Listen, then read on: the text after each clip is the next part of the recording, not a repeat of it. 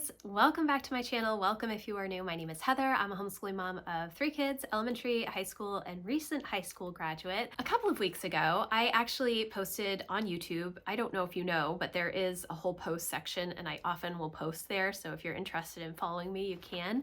I asked if anybody had any questions because I thought I would do a Q&A. So that's not something that I typically have done. I don't think I've ever done a Q&A. Maybe I have. I would really have to go back and look, but I thought it would be a fun video to do. And so I asked for some questions and I did get some. So that's what we're going to be doing today. I'm just going to kind of read through the questions that I have and answer them as best that I can. So let's get started. So the first question, I am going to read them. So if I'm looking down, that's what I'm looking at. Is there anything you wish you would have made more time for or focused less on over the years? And gosh, that's a really good question. I think that I actually feel really good about our homeschool career as a whole. I do think that when my oldest was in elementary, I wouldn't have spent as much time on academics. When we first formally started homeschooling, I was so nervous. I didn't know any homeschoolers. I only knew of homeschoolers online, and I didn't know any homeschoolers with older kids. I only knew homeschoolers with homeschool bloggers with very young kids at that time. And so I didn't know what I needed to do to make sure that my kids were academically prepared for life. And so I was very adamant about looking not only at the homeschool curriculum and resources that I chose, but also looking at what the public school was doing, which I know that probably sounds insane to you guys, and it was insane. It was not right for me to look at that information. But when we first started homeschooling, that is what I was doing. When Emma was in kindergarten, I was looking at what the public school was doing for kindergarten and kind of comparing it to what I was doing to make sure I was hitting all of my bases. I would not do that now. I don't do that now. With Lucy, it has been completely different than when I had Emma coming up, and even Jack, I was still bringing him up to Emma's level a lot. I might have not put so much pressure on them at a young age. I think that would probably be one thing that I changed, but I did eventually change it. And it wasn't for years and years that I did this. I think that one thing that really helped me see the error of my ways was the fact that I was doing monthly conferences and monthly reviews of what I was doing in our homeschool from very, very early on. I was always evaluating and reevaluating what we were doing, and that kind of put me on the right path. So I could make little adjustments throughout the year rather than looking at a year as a whole and saying, oh my gosh, what happened? We just went completely off the rails. And so that's something that I continue to do now during my monthly reset day. I review the previous homeschool month. I chat with the kids and see what things are working, what they may need changed, if there are resources they need, if there are resources that they really don't enjoy, and kind of explore that on a month-to-month basis. That has been something that's been very helpful for me. I know a lot of people will just choose curriculum and that's it, and they will just move through that curriculum. And I do choose that curriculum and we do move through that curriculum for the year, but I think that I have more confidence because I have always revisited regularly instead of just like once a year or, mid-year and at the end of the year. So I probably wouldn't have focused so heavily on academics when my kids were little, but at the same time, Emma and Jack and even Lucy, when they were really, really little, 4, 5, 6, 7, 8, loved workbooks. And I know a lot of people will say, you don't give your kids workbooks, you learn through play at that age. Yes. However, if they like workbooks, you're not going to hurt them if they want to use them. So you don't have to focus so heavily on it. You don't have to be so regimented, but if it's something that they want to do, that's also okay. I love the idea of passion projects, but I don't know how to implement them in my homeschool. Passion projects are something that I started, I think, when Emma was getting into middle school. And really, it's always been kind of around the idea of I wanted my kids to create more than they consume. And that's something that I heard Tish Oxenreider talk about years and years ago, maybe in 2010 or 2011, for her own self. She wanted to create before she consumed. That's something that I've always kind of attached myself to, and it's something that I always encouraged my kids with. Now, we are a pretty tech-heavy family. If you've watched any of my videos, we are not on screens often.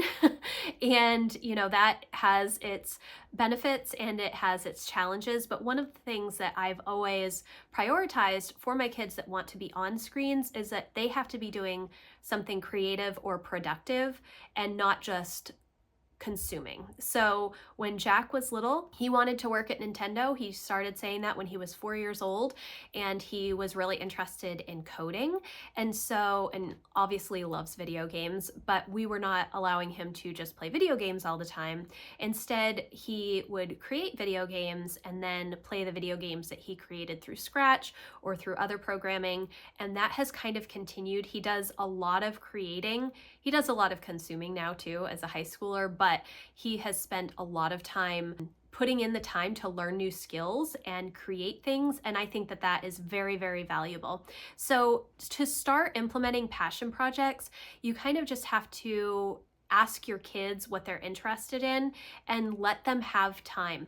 A great book is Project-Based Homeschooling. It's behind me, I think. Let me grab it. And this book is definitely geared, I think, more towards younger kids, but it's all about how to support your kids in self-directed learning. And I highly recommend this book. It's very short. Let me see when it came out. So this came out in 2012, and I got it probably right around when it came out. Definitely recommend going through this. And then with this book, Julie Bogart's book, The Brave Learner, talks about how she had a neighbor, and I cannot recall the neighbor's name at this point, and the neighbor left an art table out all of the time. So when kids were working on a project, they did not put the project away. And project-based homeschooling also talks about that. If you need to have a certain amount of cleanliness and tidiness in your home. However, if you put everything away when your kids have not finished a project, they don't necessarily come back to it, or if they do, they don't know where they were in the process. And so leaving those projects out is okay. If you can find a space in your home where you can do that it's not going to bother you, that is very important. Just giving them tools, watching them and recognizing what they may be interested in is very helpful. I started implementing a passion project focused day several years ago, and it was not something that I ever really considered before. It is a day that we're lighter on our homeschool. My older two would still do like math and English usually, and like their dailies like World Watch, current events, and Wordly Wise and stuff, but they weren't doing all of the history and the science and the narration and all of the other stuff. Instead, they would do their math and reading and writing first thing in the morning, and then they would have the rest of the day to focus on their passion project. And that passion project was something that I would check in with them a lot on. When my kids are in elementary school, I never implemented passion projects in elementary school. Even now for Lucy, she's going into 5th grade, I don't have her working on a passion project. I do try to find things that she's interested in and spend time on those things with her so that eventually it will turn into a project that she wants to continue as she gets older. I do have a post on passion projects as well that I will leave linked for you that kind of goes through my step-by-step process, and I might have a video talking about how we started to do that, but it's always just been about recognizing what my kids are interested in. I call it passion project learning, but some people might call it unschooling or self-directed learning or interest-led learning.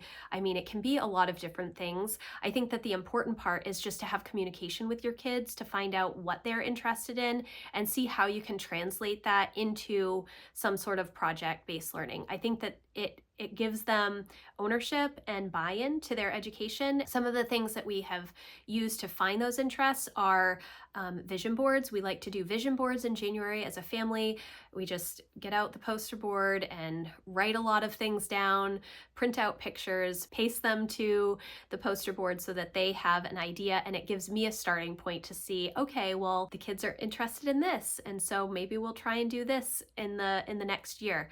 And then just that constant communication with them, checking in weekly to see how they're doing, how their resources are going, if they need help. It's really just about mentoring your kids and helping them learn to seek out information on their own to help them get through the projects that they want to work on themselves. So that's kind of, I don't know, it could probably be a lot more detailed than this answer, but I will leave those resources linked for you in the description box so that you can check those out. And then the next question is, what are your top 10 read-alouds? And that is really hard. That's a hard one because we have always done read-alouds right from when Emma was an infant. I started reading aloud to her immediately because I love books. In fact, that was one of the reasons that I chose Sunlight, was because it's literature-based learning, and I absolutely love that. I tell this story sometimes that we bought our first homeschool curriculum in 2010, in February of 2010. I had not had Jack yet. Emma was 18 months, 20 months old, I guess. And we had read through all of our board books and fairy tale books and little kid books. And we had a lot of those, picture books, all of those things. And I was just at my wit's end because I didn't know what else to do with her. And so I ordered the P34 curriculum, which is essentially just a bunch of books and some fun activities to do. Highly recommended. I think it's called the toddler curriculum now, or T, through Sunlight. I'll leave it linked if you're interested in that. But it was fun to be able to have these new books. And then at that same time, I also started reading books that I wanted to read just aloud to her. So I read her Harry Potter. I read her Pride and Prejudice. I read Sense and Sensibility. I read Animal, Vegetable, Miracle. I read the Narnia books, all of those books. So I'm going to kind of say the books that we like for the different ages. So for elementary, I loved Harry Potter. Harry Potter was more like upper elementary, start of middle school. The Narnia books, all of the C.S. Lewis Narnia books. I also loved the Little House series. That was always fun, and we always read The Long Winter, usually in January because it's a long winter in Maine as well. Not to that extent, sometimes, but not as bad as The Long Winter Little House book. But so those are some of the series that we really, really like. Mr. Limoncello's library series, love that. And then for middle school, I loved a lot of the level H read-alouds, things like The Great Trouble, which we actually read. We were reading right before COVID, which was fascinating. Ghost in the Tokaido Inn is another really great one. Murder for Her Majesty, love that. And The Sherwood Ring, really enjoyed that one as well. For high school, I loved all of the Uncle Eric books, and those are more history, nonfiction related books about economics, Penny Candy, World War I and World War II. I would recommend reading them World War I first.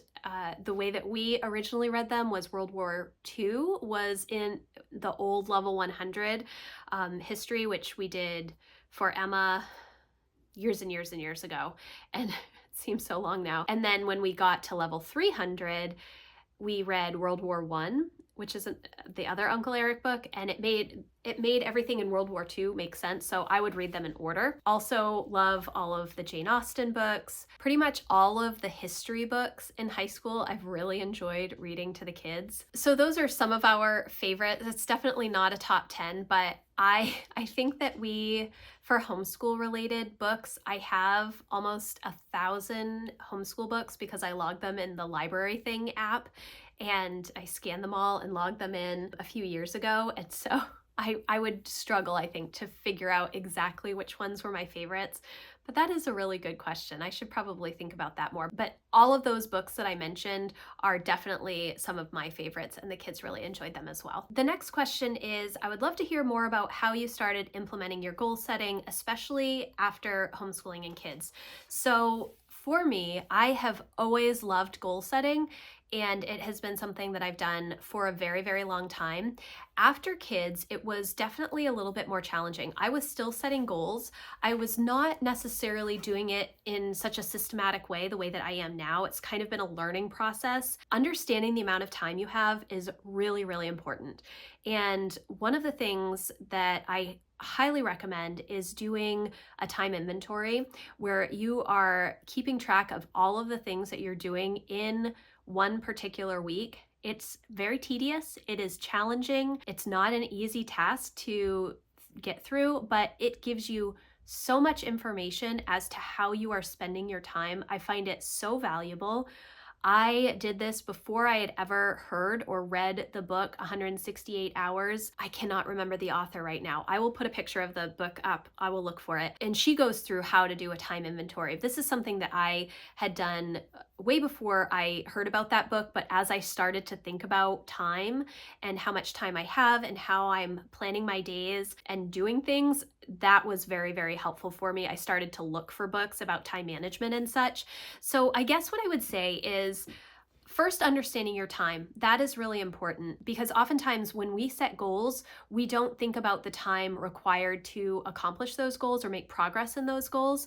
And so taking a step back, homeschooling is very, very time intensive. At least it is for me. I have found that over the years.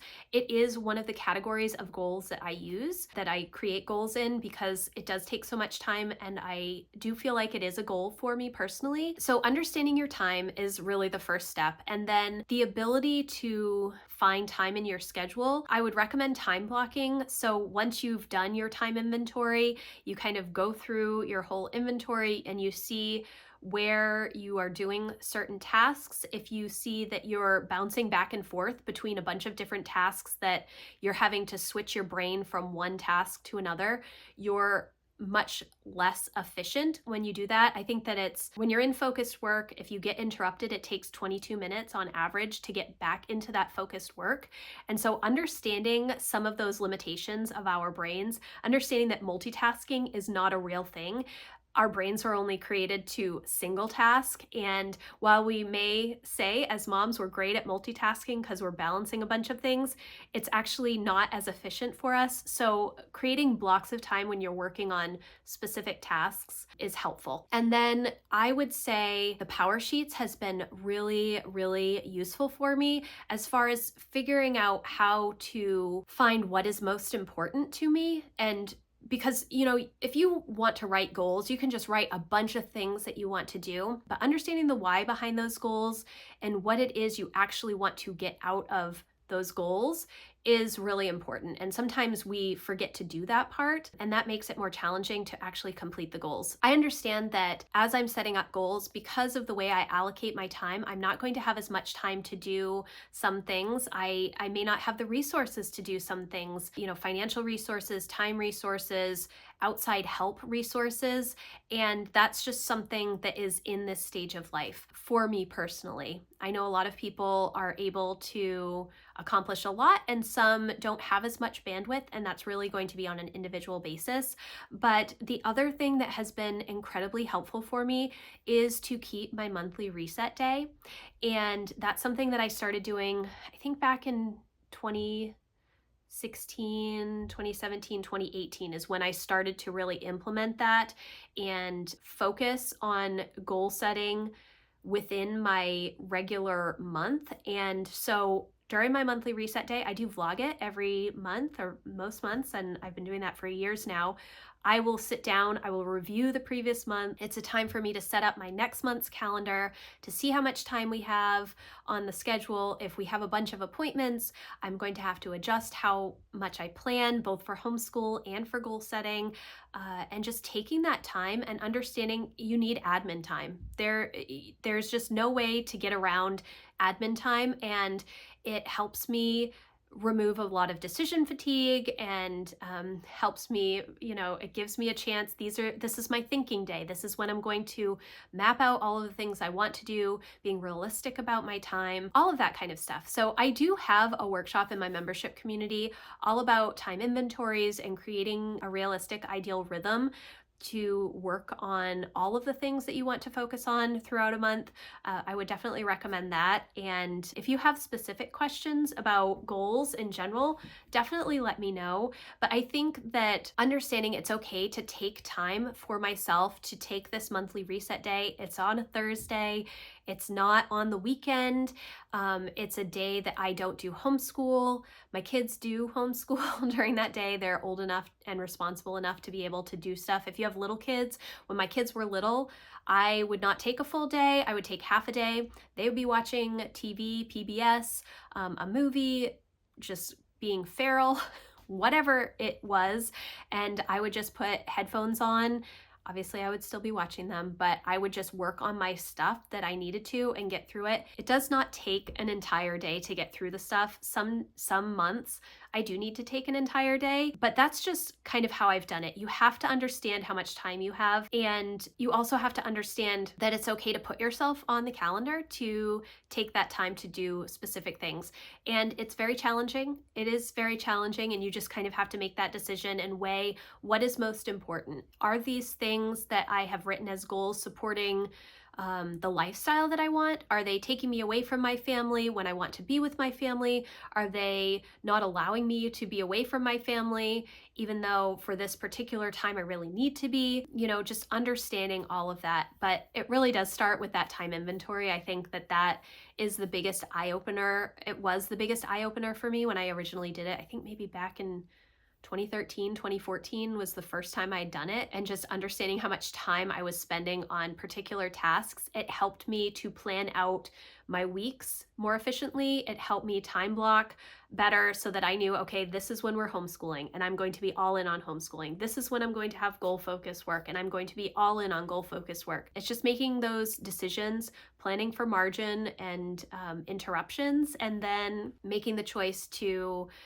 take the steps that you have planned out. So that's kind of probably a longer answer, but if you want more help and encouragement around goals, definitely come check out my membership community. I would love to have you. The next question is, I'd like to hear more about how you set your kids up to independently keep their schedule. I've seen the weekly plan you do in your planner, but do the kids have planners? Do you fill them out together?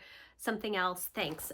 So what we do is I do a weekly plan every week in my homeschool planner, and for years and years and years and years and years and years, I have used a week at a glance notepad from Erin Condren, something similar to these.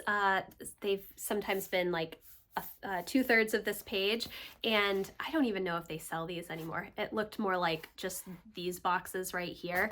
Since my kids, Emma and Jack, were very, very little, I would do my weekly plan and then I would write everything in on this list, and I would do that. Now, as they've gotten older, I have gotten them planners. They're not consistently using them. Emma does use hers. She does use hers now, but Jack does not necessarily do it. It just flows better if I write a list. I could use a planner, but I found that these are just easier for me to pull out, and I write everything down for the week, and then they check it off as they go. They're not required to do the things in the particular day as long as everything is done at the end of the week. And that is something that I started when Emma was very, very little, like maybe 5, 6 years old, because I found that it was easier for them to have like a checklist. In fact, I actually used a different checklist. Do I have it anywhere? So it's similar to this, only with Jack and Emma's names on them, and I had everything listed on the side, and then they would just check it off each day. It wasn't necessarily detailed when they were really little. As they've gotten older, it is more detailed, you know, do lesson 25 or make sure you're reading pages 30 through 50 or whatever it is. That's how I have always done it. Now, I have done reviews of many student planners over the years, and I think that the student planners are great. And when I use the student planners, I just do the same thing. And that seems to be the best option for us, is for me to just write out the list. It's very similar to Sarah Mackenzie. She talked about the spiral notebook planning method, where she just goes through, I don't know if she does it nightly. I think she does it each day, and she just writes down the next day's work in just a 25-cent, well, they're probably not 25 cents anymore, just a spiral one subject notebook, writes the date at the top, writes the next steps or whatever the next things are. I do it on Sundays. There are weeks that I skip because I am lazy or whatnot, and those weeks don't go as well. And so I always recommend that. And then the other thing that we do is we have a Monday meeting every Monday, and that's just going over the week. If there are appointments, if I have things going on, if we're going on a field trip or going to be out of the house, or if the kids have sports practices or music lessons or other extracurriculars. We go over all of that. We also go over all of the work that we should be doing for the week and kind of the time schedule that we're going to be doing things. And then I have particular blocks that I am working with my kids on particular things. And in the past several years, it has been I'm doing school with Lucy from, 8:30 to 10:30, and then I'm doing school with Jack and Emma from like 10:30 to 12:30, and then Jack and Emma would have their individual subjects in the afternoon. And they would also have, individual subjects first thing in the morning when I'm working with Lucy. And I just keep to those time blocks. Again, the time blocking is very helpful for me. And when I'm doing the time blocking, I'm not trying to do other things. I'm not answering emails. I'm not on my computer, not on Facebook. Sometimes I am throwing in laundry or changing out the laundry, but usually I am just there available, and I just know, okay, from 8 a.m. to 12, I'm going to be in my homeschool block. That's my job. That's what I'm going to be doing. And my kids are more efficient because I'm sitting with them or available. They know that I'm not doing something else. I'm just invested in their education during that time. And those are kind of the three things that we have done. So I do my weekly planning in my Erin Condren teacher planner. And then once I've written all of that out, I do write it on the checklists. And then on Mondays, I will go through everything with everybody, and they just check things off as we go through the week. And that is how I've done it pretty much my entire homeschool career, I would say. And it's what works best for us. Again, it's not every single week we do these things, but it is the majority of the weeks. And the weeks that I don't do that, it's not as good. I'm always planning in my teacher planner. And if I'm not planning in my teacher planner, I'm doing reverse record keeping and giving myself a little bit more leeway during the week. Those weeks, my kids just kind of understand what the next thing is that they need to do. I don't know, probably because we've always done it this way with our Monday meeting and having the checklist. So they just kind of understand what is expected of them. But it wasn't always like that. When they were really little, we were all over the place. But those three things are the things that work the best for us. The next question is planner related, and it's, have I ever tried the Happy Planner? And no, I have never tried the Happy Planner. And I know when I first started purchasing paper planners again back in 2013, 2014 was when I got my first Erin Condren Life Planner, and it was spiral, and I loved all of the color and stuff. There were a lot of people talking about Happy Planner and also using discs and using Martha Stewart's discs and planning supplies. I did not like the idea of the discs. I don't know why. It just never appealed to me.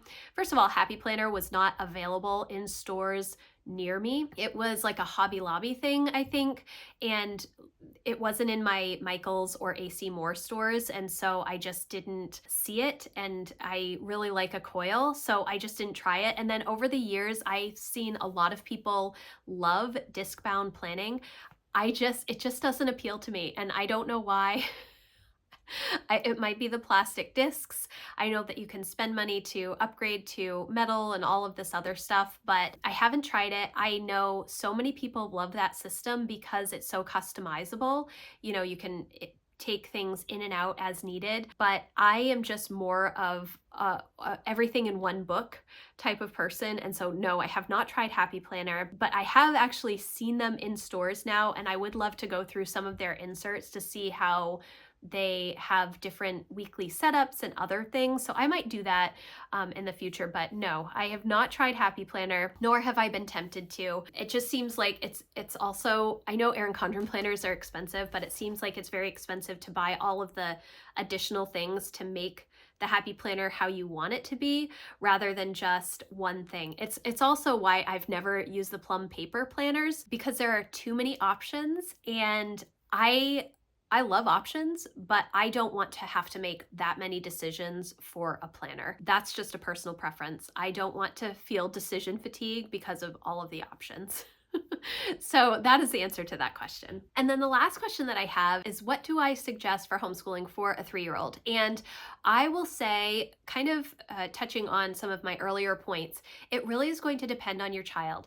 I will say what all homeschoolers, all veteran homeschoolers say, which is you want to learn through play. And that's what you want to do when your kids are so young. However, I also understand not really knowing what to do with your kids when they are really little. And you can only go to the library so many times. You can only go to the park so many times. You need other things to fill up your day. And so what I would say is definitely read alouds. I read aloud to my kids every day. It's something that I've always done. Love it, love it, love it, and definitely recommend that.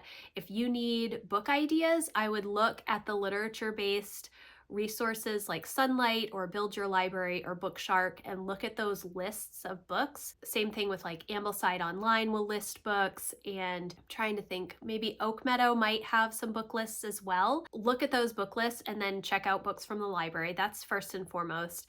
And then the curriculum that I used for my kids when they were preschool age was this curriculum called Letter of the Week, and it is free. I know there's another Letter of the Week curriculum that costs money, but this one is free and it's adaptable from like ages 2 to 6, I think. And essentially what it is you put together a bulletin board each week based around a letter, and there's some little activities that you can do and coloring pages and science-y things like that. And that was always so much fun. I always did a little circle time in the morning where we would sit and I would read a Bible story and we would sing some songs and we would get the sillies out and, you know, do some finger exercises and maybe read a poem or something like that. And I would get a blanket and we would all sit on the blanket. That was always a fun thing. Doing the messy science experiments like the elephant toothpaste and, you know, the baking soda and vinegar, volcanoes, and messy art projects. Put a sheet down under your table or on your table, or use like a disposable tablecloth and let your kids go to town, going out in nature and doing nature walks and nature journaling, which when they're that little, it's just drawing, or maybe they're gathering things from outside that you can make into some sort of craft, all of that kind of stuff. There are a couple of books by this blogger who went by Soul Mama. I'm not sure if she still has her blog out or not, all about kind of seasonal living. And there are also a couple of crafty books from Wild and Free that I will link in the description box that have a lot of little projects and great ideas for kids. It can be little kids, it can be grown kids. I mean, anybody can do, you know, handcrafts and stuff. And then the last thing that I would say is invite your kids to the interests that you have as well. So when my kids were younger, I was knitting all of the time. And so I invited my kids to do knitting with me, or I would be sewing and I would give them a needle and thread and some scrap fabric and they would make little pillows or things for their dolls or whatever. Invite them to the things that you enjoy doing. If you like gardening, have them help you. If you like cooking, have them help you. Pretty much whatever you enjoy, ask them to come alongside you to do those things and expose them to new interests that way. That has always been a highlight for me, especially when my kids were little, but also let them just have time to be bored. They don't have to be doing stuff all the time. They can be bored. And oftentimes I think that we do try to fill all of the hours in the day, but it's hard. And then, you know, we also did have some TV time. We did a lot of PBS Kids. We did, you know, the Wildcrats. We did Super Readers. We did Curious George. We did Word World, which I think helped Emma learn how to spell and read. So definitely don't limit yourself. Watching documentaries, going on field trips, exploring, you know, what is available in your area, all of those things. But don't try and do too many academics. Just try and enjoy yourself, and again, invite your kids to do the things that you enjoy, then you're showing them that you have your own passions, you're exposing them to new ideas and things that they may like to do, and it's a lot of fun. So those were all the questions that I had. I really enjoyed this. It turned out to be a little bit longer than I expected. If you have more questions, I would love to hear them. I will probably do something like this again in the future. It can be about any and everything. So thank you guys so much for watching, and thank you if you submitted a question. I really appreciate it. If you like this video, please give it a thumbs up, and I will see you in the next one. Thanks guys. Bye.